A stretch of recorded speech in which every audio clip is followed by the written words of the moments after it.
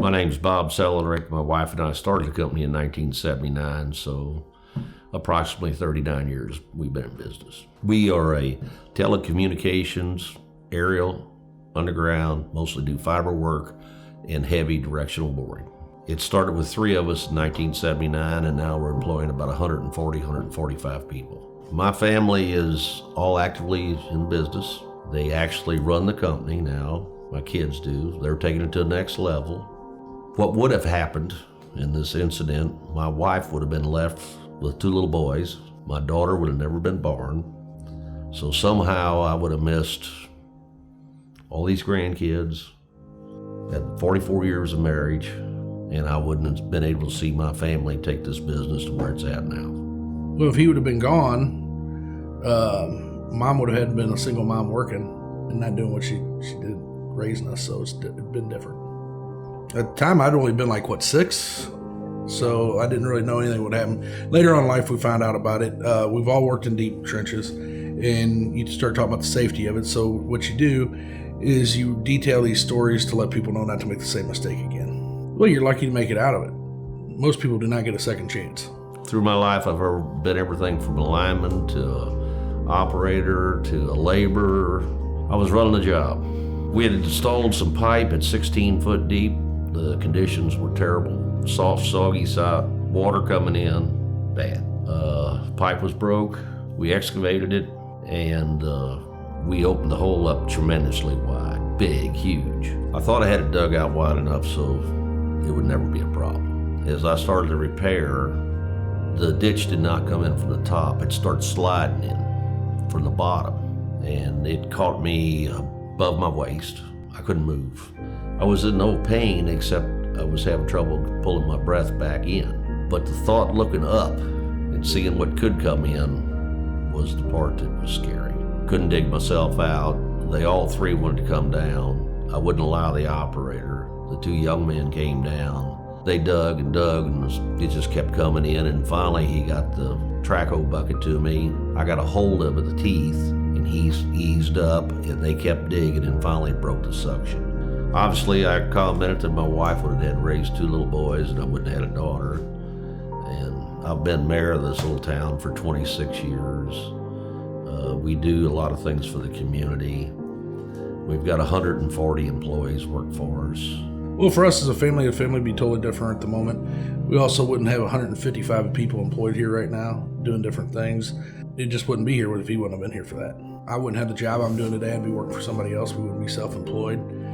My brother wouldn't be working at the company. My sister wouldn't be working at the company. We've got some family members and some close personal friends, and we treat everybody as family, so it would be a total different culture. Yes, here we're coming in the Christmas, Thanksgiving, and Christmas season, which is huge to my wife and I, and we always take off the week between Christmas and New Year's so people can spend more time with their families, and we're all about the Christmas season, and we're hoping that we can still provide that for years to come. I'm just thinking I'm damn lucky to be alive. And the other thing, I could have killed those 2 boys. The best I remember, I was calm because I want everybody else to stay calm. They were looking out for me to be in charge. Frantic attempts, I've never seen it, but I've heard of operators hurting people. I've heard of them digging relief and cutting water mains and people drowned, gas lines being cut, so the calm has to stay. Well, you got to remember, that was 35 years ago. There was almost no safety classes that I remember. As the years went by, we got a full-time safety people, we got trench boxes, we try to give information to people, and do. And the only reason that I want to even talk about it is I'm hoping that somewhere I'll save some young person or somebody that had the same mindset I did, that I'm quick, I'm fast, I'm strong. I can get in and get it done and get the heck out of there. That's all I want to do with this interview. Our main goal is to get everybody home with all their fingers and toes. I never want myself or any of my family member to go tell a wife, a girlfriend, a mom, some kids that the employee's not coming home.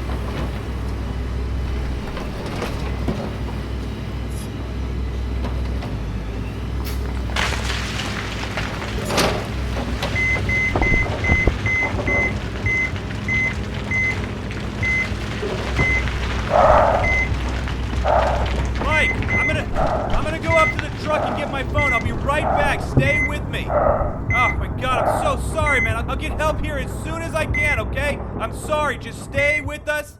We'll get you out. Stay with us. We'll be there. We'll get you out. Just stay with us.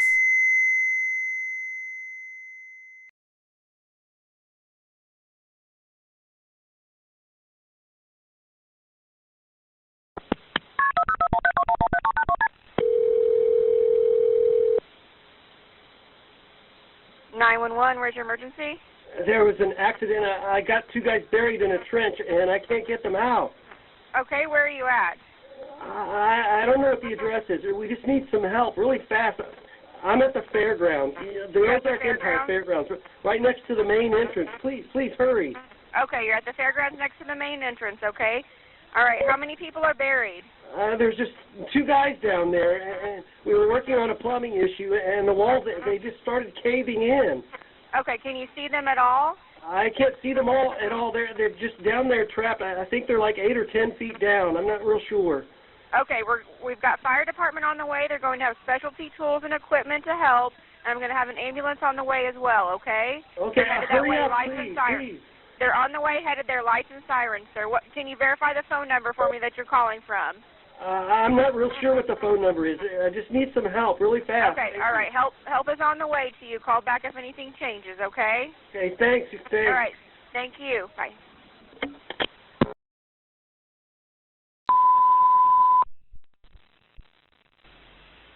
Persons trapped call for Springfield Fire, 3001 North Grant at the fairgrounds. Persons trapped call, responding units Battalion 1, Battalion 8, Engine 5, Truck 2, Rescue 1.